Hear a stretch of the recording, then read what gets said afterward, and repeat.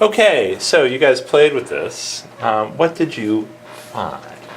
So we learned that when you add like more neural networks like this, then it runs slower, but it seems like it does more. It sorts it better. So when we did something like this, we had a lot of neurons in hidden layers. Okay. We used a lot of these. All right. Then it runs sort of slow, but when we used all of them, but it's sorting them. Well, let it run. So do you see anything happening? No.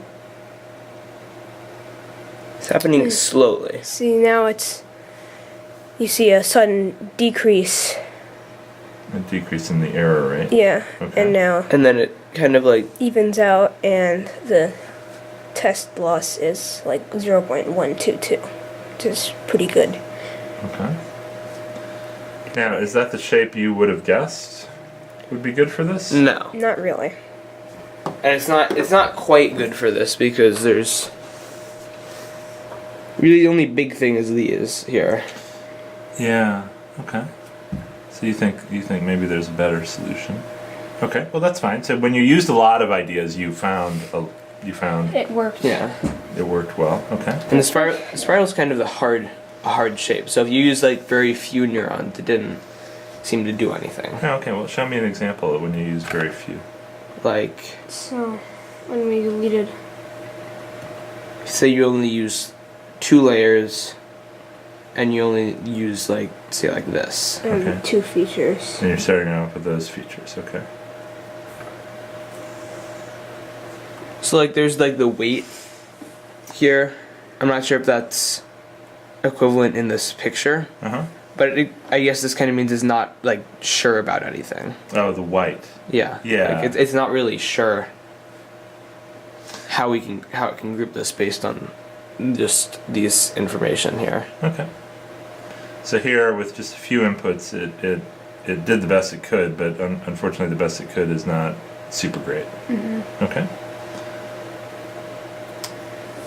And then when we added like a lot of noise, when we took the noise down to 0, it's a perfect spiral. When you add it all the way up, it's sort of like almost like a big jumble. Okay. And what happens if you try to analyze the data here, using your best guess at how to analyze it? Well, if we try to use the maximum number of things possible, Okay. 6, That's generally the best way to go.